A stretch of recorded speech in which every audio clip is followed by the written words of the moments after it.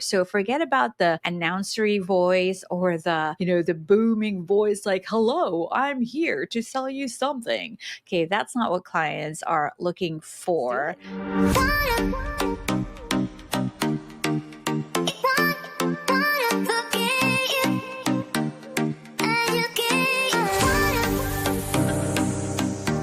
Are you new to this whole voiceover world? Well, you've come to the right place because we are going to talk about questions that aspiring voiceover talents tend to ask. Hey, how's it going? My name is Anna. Welcome to Speak Easy. If you are just joining me for the very, very first time, I am a voiceover talent myself, a freelance voiceover talent. That only means that I do my voiceover work here at home. I have my studio set up here. I have my vocal booth in my own home, and that means I run the business. And Speak Easy is here basically to help you get your voiceover business off the ground. That's what I'm here for. Okay, so I did say that we have questions that voiceover talent, the new ones, the aspiring ones, tend to ask. And these are normal questions. So I was just thinking to myself, it might be helpful to compile them just in case these questions are actually running around in your head. You just don't have anyone to talk to about them. So I thought I'd make it easier for you and just bring them up here at Speak Easy. All right, so this is the first question. How do I know if my voice is good enough for voiceover? Well, this one reeks of imposter syndrome. Now, don't worry, I'm not ragging on you, okay? I'm not mocking you or anything. In fact, I can fully sympathize with anyone who is going through imposter syndrome because I go through this a lot myself, and I've been here a while. I've been in the industry for over 15 years now, but I still get it.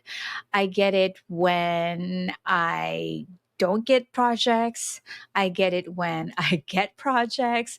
I get it when I'm recording. I get it while I'm waiting for my client's feedback. I get it all the time. So my point here is, that fear of being not good enough is pretty common. Believe me, everybody goes through it. So my whole point here of telling you about the imposter syndrome is that you are not alone, okay? Almost everyone goes through it, even the pros, believe me, okay? All right, but the question really is, how do you know if your voice is good enough for voiceover, right? So that's the question. But first, let me just make it clear that good enough does not mean, in the voiceover world, that is, okay? Good enough doesn't mean that you have to have a booming voice. No. Good enough doesn't mean that you have to sound like a newscaster. And good enough doesn't mean that you have to sound like anyone else apart from yourself. Because really, clients nowadays, they're looking for someone who is real. You know what I mean? Conversational, believable, and relatable. Those are very, very important to clients right now because they want their products to be endorsed by someone that people watching or hearing it on radio or wherever in the internet to be someone they can actually say, hey, okay, that person is a person. He has feelings, she has taste, or she has her own problems just like me. So that's what clients are actually looking for. So forget about the announcery voice or the booming voice like, hello, I'm here to sell you something. Okay, that's not what clients are looking for anymore. Maybe in the old days, that's what they used to like. So let me tell you the few things that would be good clues to answer your question if you're good enough to be a voiceover. Okay, so I always say this: your voice must be clear. Okay, clear. It can be understood easily. It registers well on the microphone, and when it's recorded, excuse me, Something that's not like that. Okay. Yeah. So it has to be clear. And then you have to be able to express feelings, and your voice needs to be expressive.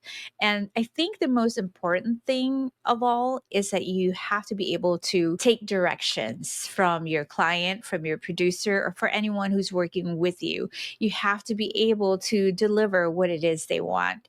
So, as you can see, it's more about your voice. It's not just about that, it's about a whole lot of other things. And to be honest, the industry right now is so wide. There's space for all kinds of voices. Like, some are looking for youthful voices, some are looking for mature ones, some are looking for something warm, something bright, something a little bit regional or multilingual, whatever. What I'm just saying is, whatever your voice is, however it sounds, your accent, someone's looking for that. Okay, what you really need to work on is being expressive and being able to take directions. Okay, so another thing that I want to tell you about all of this is a big part of running your own voiceover business. You have to be willing to grow. You can't just stay in one level. You have to be able to educate yourself, to look for other things to improve yourself on when it comes to your voice and your delivery. So ask yourself, am I willing to put in the work? So put it down on the comment section. I'm willing to put in the work to be a voiceover talent. So go ahead and do that right now. Okay, why did I say that? Because honestly, technique, delivery, consistency, those things, we can work on that. And it can happen eventually with time and effort. But your willingness to put in the work, that's all on you. I can't help you with that. Nobody can help you with that. Okay. So you have to be willing to put in the work on the front end. Okay. It has to start at the very, very beginning of this voiceover journey of yours. If you're already here and you're asking that question, right, you're basically asking me. So you're asking another person for an opinion, whether you have what it takes to be a voiceover talent. I think that's really good. But let me just take it a step further. Why don't you ask someone, a friend, or somebody who knows a little bit about the business, who has heard you before, and somebody who will be honest with you, kind but honest, and get their honest feedback. Because basically they'll be able to tell you, like, yeah, you deliver lines so well, your voice is so clear, and I think you can take directions. And maybe your friend or your family will say, who told you that you can be a voiceover talent? I'm kidding. Hopefully they're not like that. But yeah, one other way of finding out if you have what it takes to be a voiceover talent is to ask somebody else.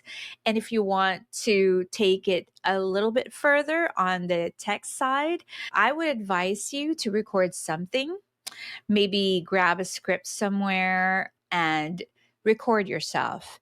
And then if you know somebody from the industry or anyone close, at least close to the industry, that you can play your recording for, maybe you can ask them for their opinion if you have what it takes. I think that's something that you can actually build on to answer that question. If you have what it takes to be a voiceover talent, what do you think? But for me, if you're asking that question already and you're willing to learn, I think you're off to a very, very good start. Just keep in mind that you have to put in the work. Now, probably by now you're asking, okay, Anna, you've been saying put in the work, put in the work. What exactly do you mean? Okay, I'm sorry about being vague, but what I mean is you have to practice every day. You have to get feedback from your peers, and you have to be willing to put yourself out there. You have to be heard. Somebody needs to hear you. You have to put in the auditions, and yeah, you just have to get yourself out there. So maybe another thing that you can work on is maybe shift that mindset and believe in your talent. Because if you kind of feel that you have that voice, you're probably right. So, just a little faith in your voice. It will take you a long, long way. I feel like that was such an excellent question. Thank you so much for bearing with me on that one. But yes, it is something that has been asked of me over and over again. So I thought I'd just put it on here and maybe make your life easier and just answer it. Again, we are talking about the top 4 questions that aspiring voiceover talent tend to ask. And this is Speak Easy. You can also follow me on my social media accounts. I'm on Instagram and also on Facebook.